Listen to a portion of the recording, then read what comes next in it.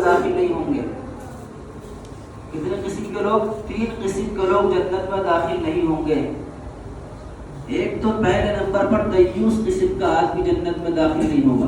میری بات کو تھوڑا سا اس کو توجہ سے سنیے گا، بہت اہم بات ہے، بہت ضروری بات ہے. دیوس قسم کا آدمی جنت میں داخل نہیں ہوگا. یہ کون فرماتے ہیں؟ آقا علیہ الصلوۃ والسلام کی سچی زبان مبارک سے نکلا ہوا یہ جملہ ہے. اللہ کے نبی علیہ الصلوۃ والسلام کی پاک زبان، سچی زبان کا یہ فرمان ہے کہ دیوس قسم کا آدمی جنت میں داخل نہیں ہوگا. دیوس کسے کہتے ہیں؟ دیوس کہتے ہیں کہ جو اپنے گھروں کے اندر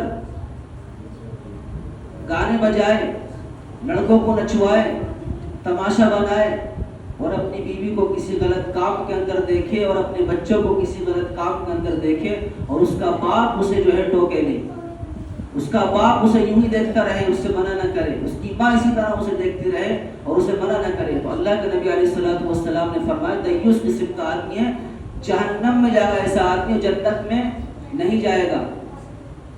حرام کر دیا جنت کو اس کے اوپر،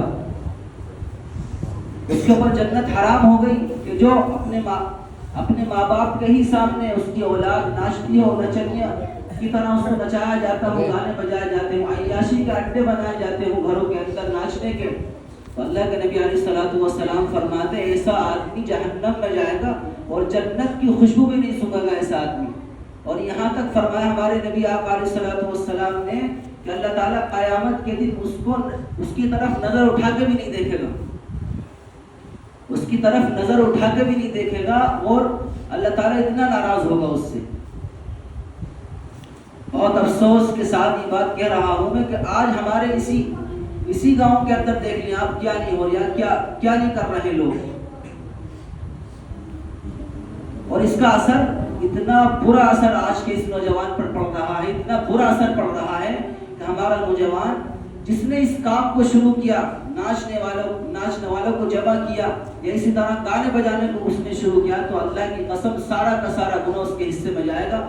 اور جتنے نوجوان اس کو دیکھ کر کے بگڑیں گے، جتنے نوجوان اپنے اس گناہ کی وجہ سے آگے بڑھیں گے یا گناہوں پر جرأت کرتے چلے جائیں گے، سارا کا سارا گناہ اس کے حصے میں آئے گا. ہم اسے معمولی نہ سمجھے اسے. اور ہمارے جو بچے ہیں، چھوٹے چھوٹے بچے، ان کی سوسائٹی پر کیا اثر پڑے گا؟ کیا بگڑیں گے نہیں؟ وہ غلط اثر نہیں پڑے گا ان کے اوپر؟ آج بچہ مسجد میں آنے کے لیے تیار نہیں، بچہ پڑھنے کے لیے تیار نہیں، بچے کو سبق یاد نہیں ہوتا ہے. کیوں نہیں ہوتا؟ اس کی وجہ ہم ہے، اس کی وجہ ہم نے بگاڑا ہے بچوں کو. لوگ کہتے ہیں کہ میرا بچہ مان نہیں رہا، کہنا نہیں مانتے اور خوشی مناتے ہیں. اگر کہیں نکاح ہو رہا ہے، شادی ہو رہی، تو یہ کہتے ہیں کہ ہمارے بچے نہیں مانتے. اللہ کی قسم تم نے پہلے اللہ کی مانی ہوتی تو آج ہی ماننے والے ہوتے. آج ہم نے اللہ کی نہیں مانی ہے اور ہم خود جو ہے گناہ کے اندر مبتلا ہے، تو ہماری اولادیں کیسے مانیں گی؟ ایسا ہو ہی نہیں سکتا کہ جو اللہ کی مانے گا اور اس کی بندہ نہ مانے، ایسا ہو نہیں سکتا، اس کی اولاد نہ مانے. اس کا مطلب یہ ہے کہ ہم خود اس کے اندر ملوث ہیں گناہ کے اندر.